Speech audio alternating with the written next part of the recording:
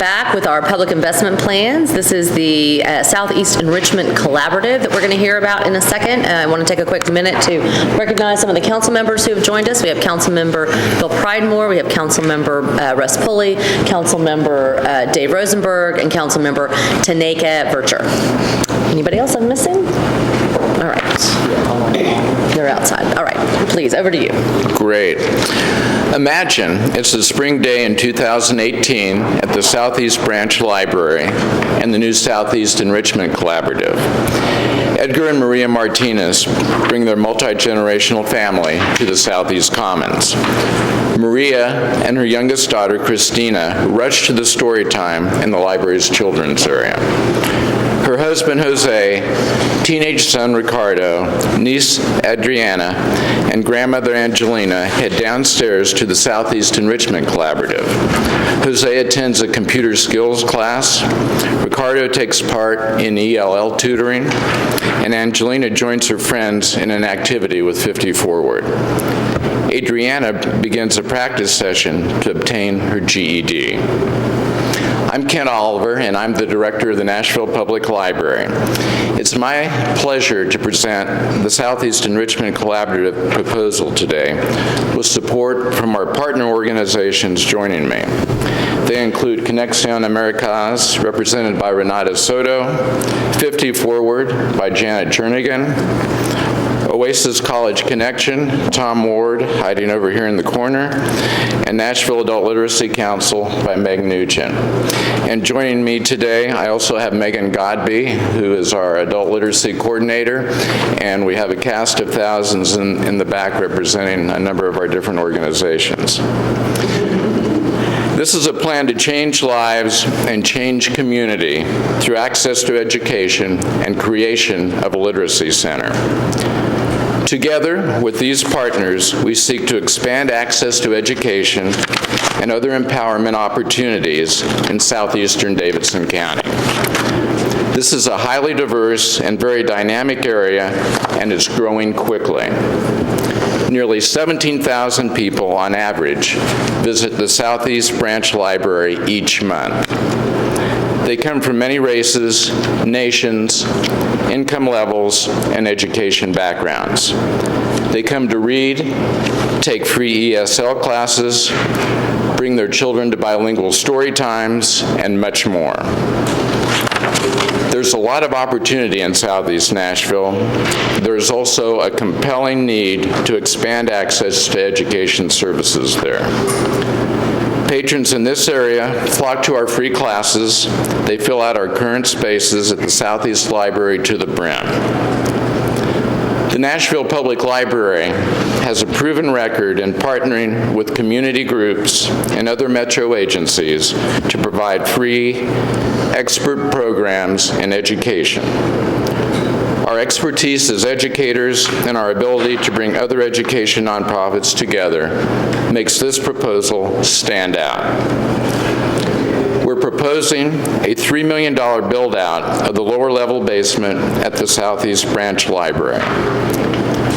This would open 25,000 square feet of collaborative classroom space for free education programs and services.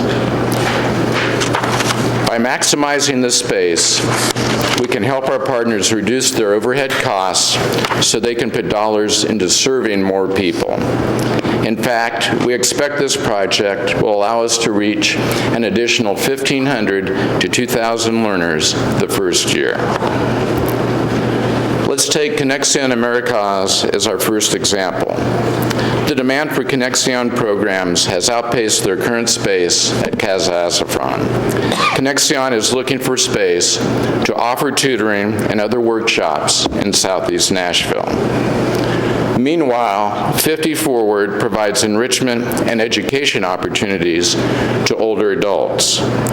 They've identified southeastern Davidson County as an underserved area for this demographic.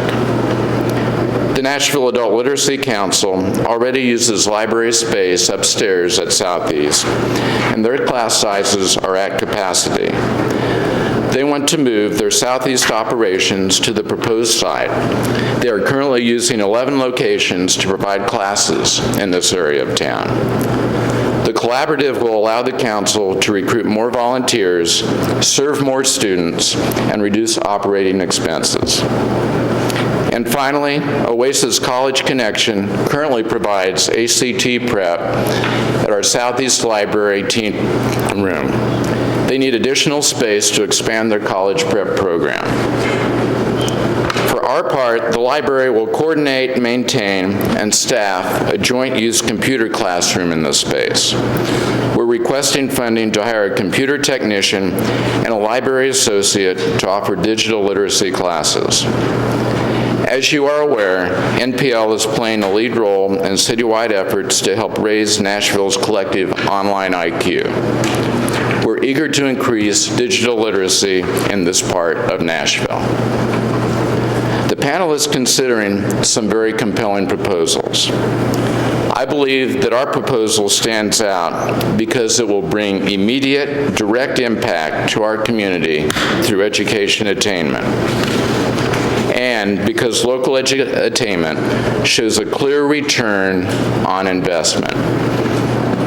According to a recent study on the library, if someone in Nashville increases his or her education level from no high school degree to a high school degree or equivalency, they can expect to increase their annual income by $3,088. If they go from a high school degree or equivalent to some college education or associate's degree, that would bring an annual income increase of $7,857. And a person who goes from some college or associate's degree to a bachelor's degree or higher, they would increase their earning potential by $11,694.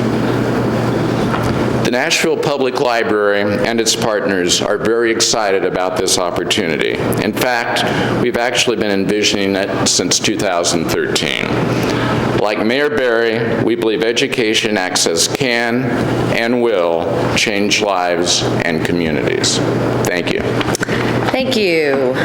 Quick question. I know that 25,000 square feet is not a lot, so you can only do what you can, but one of those statistics that you had up there was that a lot of the folks out here are at high risk for financial stability. One of the other partners that might be appropriate would be the Financial Empowerment Center. Absolutely. I didn't see that listed. And also, since you're primarily serving a lot of kids as well, we just had Dr. Paul in here. He's very interested in a southeast location to expand on his ability to serve, and again, another partner that might be appropriate. I think we're open to expanding the partnership, anything that makes sense. We're really looking at this as a center where people can do what I call one-stop literacy or education shopping, and these great partners are people that we've been working with for a couple of years now. We actually presented a proposal to your office, as you may recall, last year. I do recall. Okay. So, and we work with the financial empowerment people now, so we would love to have them with us. Okay. Questions from, go ahead. Just one additional collaborator to think about is the Community Education Commission, because they have really been trying to get out in that part of the county to provide services. Good. So I'd just like to add them. Agreed. Panelists. Current design plan already done for the $3 million? The process that we've followed is we have a concept, we do not have the actual design. We've had General Services and Gobble Hayes work with us on walking through.